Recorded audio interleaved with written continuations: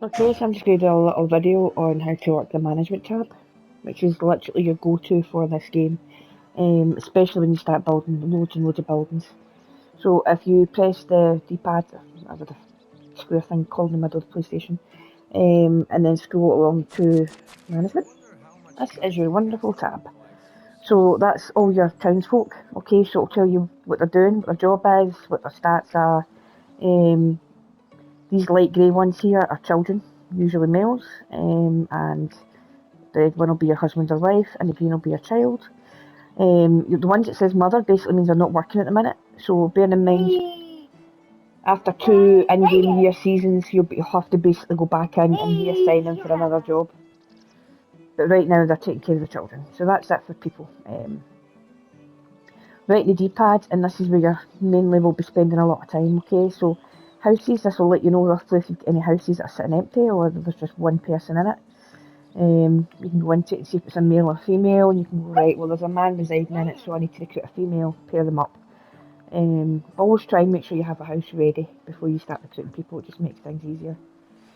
And these are all your tabs to do with your buildings, so extraction will be things like excavation, herbalist, mine, well. We have wells mainly for aesthetics. I mean, really you only need one functioning well unless it's a large town. Um, the mine here, okay, so if you hit X on the mine, this will give you the page of who's working in it and the tool they need. And if you hit right in the D-pad, you'll see that we've got ours assigned to copper ore. So if you hit triangle, that gives you the options, so you can pick more than one. You could pick copper and have, like, say, iron, hit X. You'd hit triangle to confirm, and then you would hit down and you'll see they've got both of them here. Now that's paused because that's 0%, you need to reduce this. Keep doing this. Hitting X, take it down to say 90%, then you'll be able to put this up to a 10%. And it all depends on how much you want of each item. We've just got specifically a guy doing copper ore because our smithy's making all the tools copper for us. So we'll put that back down to 0. In fact, we'll just hit square to remove it and put that back up to 100%. If you scroll down to our woodshed, of course we've got a guy doing logs and firewood, and we've got somebody just doing sticks, because you just need so many sticks on here. So that's it for the extraction. Hunting, we have our fishing hut. We have one hut just doing fishing, just literally catching the fish. And then our second one, we have dried fish meat and making the fish meat. So it just makes the production go pretty smoothly by having two separates. And I'll get back to that in a minute. Well, hunting lodge, we have one just doing meat and then making it into dried meat. Again, you would hit triangle and you can select what you want them to do. You would hit triangle to confirm, and then you would hit X to increase or decrease how much you want them to do that particular job. Circle to back out. Our next hunting lodge is doing leather and fur, which is important because we're using those items to make specifically fur shoes. I'm not doing the fur shoes because if you go down to services, this is where you start making money. We've got a closed stall selling the fur boots. Well, fur shoes. We've got fur boots in there because we've also got wool from our sheep. So that bit, we don't have many of them made up. We've only got 17, as you see. So eventually they'll sell out and we'll hit square to remove it. Each season, you see at the top, you'll have to change what you want to sell. And that all depends on what you've got most of. You'll probably start with a food stall first, because once you start getting your crops, you can sell it to the villagers and it's quick money. But you can also set it for the guy to sell it. So for us, it was cabbage last year. So we are selling our cabbages. As you can see, we've got 3,079 cabbages. We also sell dried fish meat because we have hundreds of dried fish meat from the fishermen.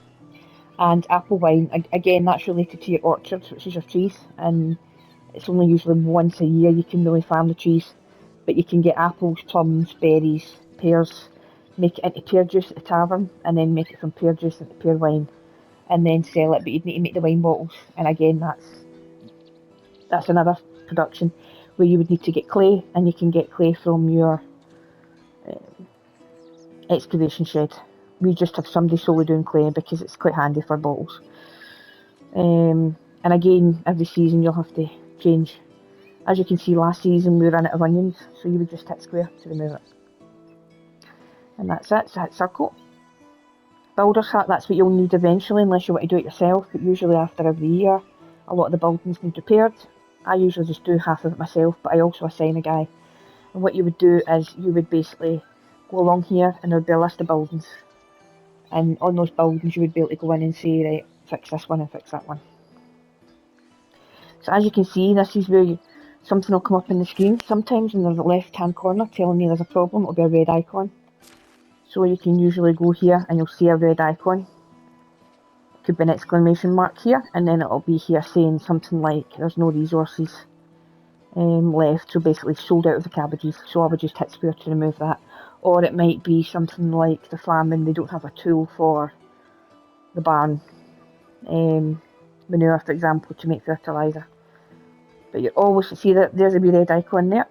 So for us, I don't know if it's going to show me here, because I think it fixes itself usually. Normally it would show me red if there was a problem, but there's nothing at the minute. And that's pretty much your tab here. So then you would hit right the D-pad, and this is all your fields. So I like to farm myself, but we also have some villagers farming, because obviously we've got hundreds of fields. What you would do is you would take note of the field that you're on. So usually when you're on the field, if you look at it, it'll tell you if it's field 1, field 2. So then you would go into field 1, you would hit right in the D-pad, and you would hit change plant type, because every season's different.